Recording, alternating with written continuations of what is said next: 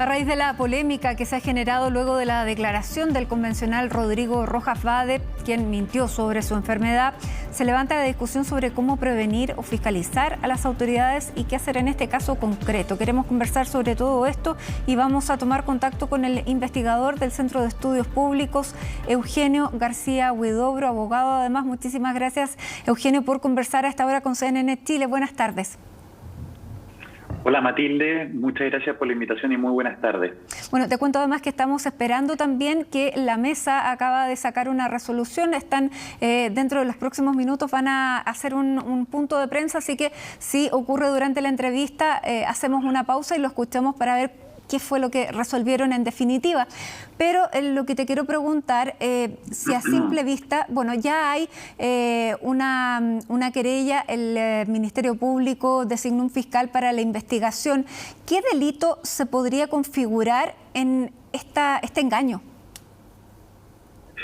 La verdad, a mí a simple vista, sin perjuicio que podrían concurrir varios, se me ocurre que a simple vista tal vez el que es más evidente es el de haber faltado la verdad en una declaración jurada, como la que hizo aparentemente el convencional Rojas hizo en su declaración ante el CERVEL, en donde señaló que había contraído una deuda para pagar un tratamiento de quimioterapia a causa de cáncer. Y eso efectivamente podría eventualmente ser constitutivo de un delito.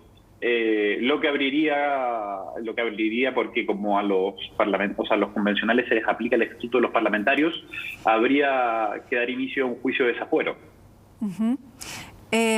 Claro, y en ese caso es una sentencia menor porque, claro, se miente en una declaración jurada, pero aparentemente el engaño pudiera ser muchísimo más grande con lo que hizo más allá de lo que declaró, ¿no? O sea, a ver, aquí hay que saber distinguir las consecuencias legales de las políticas y morales. En términos legales, yo creo que todavía nos faltan conocer antecedentes para ver las implicancias penales que esto podría tener, porque claramente muchos de los documentos tal vez que va a involucrar esta investigación son de carácter confidencial.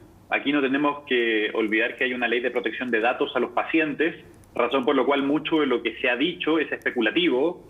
No sabemos qué enfermedad real tiene el convencional, por lo que tampoco sabemos si sería procedente su posible renuncia ante el Tribunal Constitucional, que sería la otra posibilidad para que él renuncie a su cargo y sea apartado de la convención. Pero es importante lo que tú mencionas respecto al procedimiento, porque el procedimiento de desafuero no necesariamente va a ser corto. Y efectivamente esto es por un delito menor, que tendría que ser ponderado por en este caso probablemente la Corte de Apelaciones de Santiago. Pero efectivamente todavía está bastante abierto y tampoco hay mucha posibilidad de apartar a un convencional en virtud de las normas constitucionales. Eso es bastante curioso porque nadie tampoco puede obligar a que una persona se mantenga en un cargo, ¿o sí? O sea, a ver, efectivamente como hay cargos en los que uno puede renunciar. Y así es común, por ejemplo, ver cuando los ministros presentan su carta de renuncia o también los subsecretarios. Pero en el caso de los parlamentarios hay una regla especial que está contenida en la misma Constitución y que le es aplicable a los convencionales, porque recordemos que la reforma constitucional que materializó el acuerdo de noviembre del 2019 les hace aplicable a los convencionales constitucionales legislar sobre este caso en particular. Y lo segundo, ¿se puede legislar cuando ya un delito o un eventual delito se ha producido? Son dos muy buenas preguntas. Partamos por la última. Efectivamente, aquí podríamos tener lo que es excluir a una persona a un cargo o establecer causales de exclusión. Podría tener un carácter de sanción y en ese sentido se aplicarían el artículo 19, número 3 de la Constitución, según el cual no se puede castigar con una pena, en este caso la sanción de ser apartado del cargo, si la regla legal no estaba previamente establecida al momento que se cometió la conducta. Y en este caso además es muy difícil determinar la conducta, porque este engaño o mentira, si se quiere, viene produciéndose como en el tiempo. Entonces, es muy difícil determinar cuándo partió cometiéndose Eugenio, esta conducta. Vamos a la convención porque en este minuto, bueno, ahí ellos lo dicen, van a esperar un informe jurídico, pero además hacen esta presentación ante la Fiscalía de los antecedentes que tienen sobre este caso. Lo que ellos están planteando además es que vía reglamento pudieran tal vez zanjar una situación que legalmente a lo mejor no se puede resolver como lo estábamos hablando, porque una vez cometido el delito ex post no se puede crear la norma que lo sancione.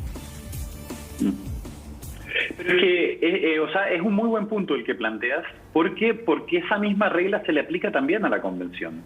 Y no es solamente, esa norma no es solamente de derecho constitucional chileno, porque uno podría hacer el argumento que a la Convención no le son aplicables, por ejemplo, el artículo 19, número 3, que establece la regla que tú estás mencionando, pero eso también es una regla básica de tratados internacionales.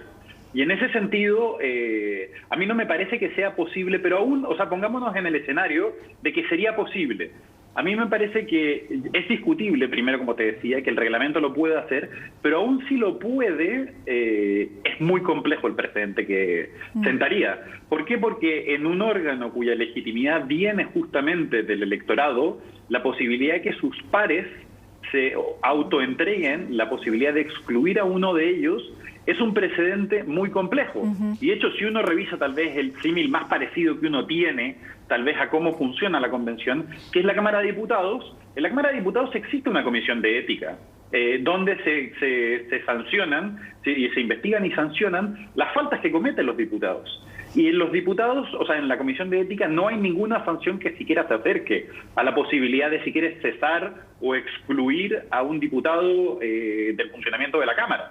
Como si ocurre, por ejemplo, en otros países, como en Estados Unidos, donde el equivalente a la Cámara de Diputados o el Senado sí puede censurar a uno de sus miembros, pero eso está expresamente establecido.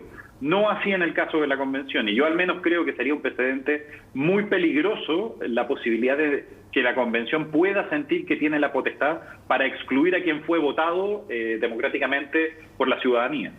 Claro, es un punto bien interesante lo que tú planteas, Eugenio, porque por ese argumento se podrían sacar a lo mejor a otros que no nos gustan por otras maneras y poder crear el mecanismo para sacarlo del medio. Pero en este caso es complejo porque se está elaborando una norma y él fue elegido y tiene esta legitimidad en base a una persona que no era. Efectivamente, pero yo creo que aquí, lamentablemente, si lo quieres, y tal vez estoy siendo un poco creativo, pero las reglas son esas, y nos gusten o no, las reglas son las que permiten las discusiones pluralistas en igualdad de condiciones para todos. Y lamentablemente no hay una regla, y para el caso particular, tal vez no nos va a facilitar la situación. Pero yo creo que aquí lo importante es sacar lecciones. Y yo creo que la principal lección, y perdón si me estoy alejando un poco del tema, la principal lección que puede sacarse de esta situación, y no por ejemplificarlo con el convencional Roja, pero es el rol fundamental que tienen que cumplir los partidos en una democracia constitucional.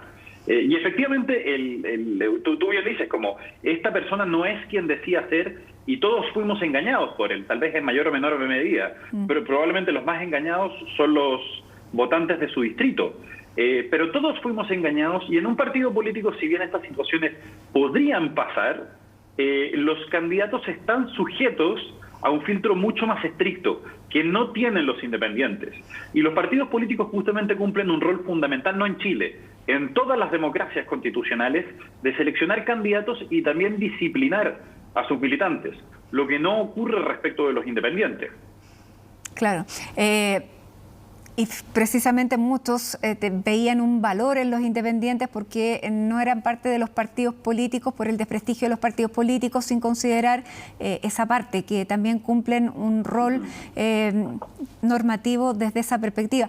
Bueno, es bien complejo, Eugenio, lo que se presenta para adelante, porque alguien que va a escribir una constitución en la que probablemente es lo más importante que tengamos que hacer en los próximos años en materia política, no puede tener ese nivel de deslegitimidad. Sí. ¿Cómo se sale de ahí? Y tú tú tienes toda la razón, que uno cuando suele hablar de la legitimidad es un concepto un poco escurridizo, que es difícil, pero la legitimidad supone también ejercicio, la legitimidad se construye. Y en ese sentido, la convención viene muy legitimada, y por eso es muy bueno que la mesa de la convención, la mesa directiva, la ampliada, haya tomado cartas en el asunto y haya remitido los antecedentes a la Fiscalía.